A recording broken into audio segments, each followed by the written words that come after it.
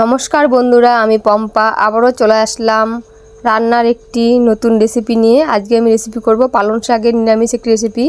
আশা করি আপনাদের রেসিপিটি ভালো লাগবে। আর খেতেও এই রেসিপিটি দুর্দান্ত। গরম গরম ভাতে এই রেসিপিটি নিলে এক নিমেষেই এক থালা ভাত শেষ হয়ে যাবে।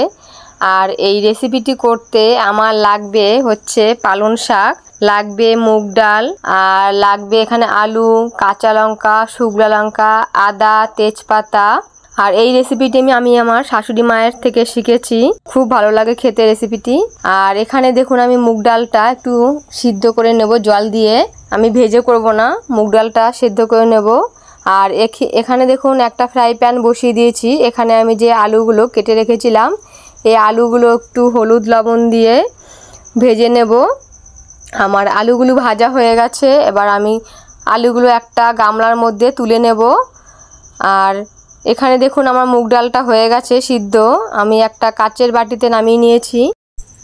এইবার একটা কড়াই বসিয়ে দিয়েছি, কড়াইতে তেল দিয়ে দিয়েছি। তেলটা গরম হওয়ার পরে আমি গোটা জিরে, তেজপাতা, শুকনো লঙ্কা আর কাঁচা লঙ্কা চিড়ে রেখেছিলাম দিয়ে দিলাম আদা লঙ্কা বাটা, দিয়ে দিলাম একটু সামান্য হলুদ গুঁড়ো।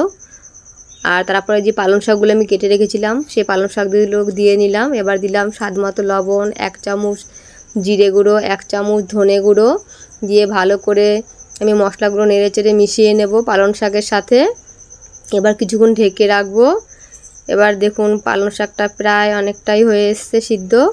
এবার আমি যে আলুগুলো ভেজে রেখেছিলাম আলুগুলো দিয়ে দিলাম, দিয়ে এবার যে মুগ ডালটা আমি সিদ্ধ করে রেখেছিলাম সেটা দিয়ে ভালো করে পালং শাকের সাথে আমি নেড়েচেড়ে ভালো করে মিশিয়ে নেব। একটু লবণ কম মনে হচ্ছিল, তাই আমি আবার একটু লবণ দিয়ে দিলাম।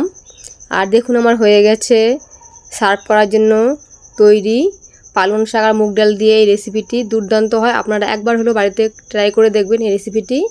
আশা করি আপনাদের ভালো লাগবে। আর আমার ভিডিওটি যদি একটু ভালো লাগে থাকে তাহলে লাইক, কমেন্ট আর আমার চ্যানেলটি সাবস্ক্রাইব করে আমার পাশে থাকার অনুরোধ রইল।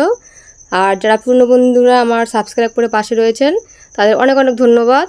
আর যারা এখন নতুন বন্ধু আমার চ্যানেলটি সাবস্ক্রাইব করেনি তাদের সাবস্ক্রাইব করে পাশে থাকার অনুরোধ রইল। আবারও একটি নতুন রেসিপিতে আপনাদের সঙ্গে দেখা হবে পরবর্তী ভিডিওতে।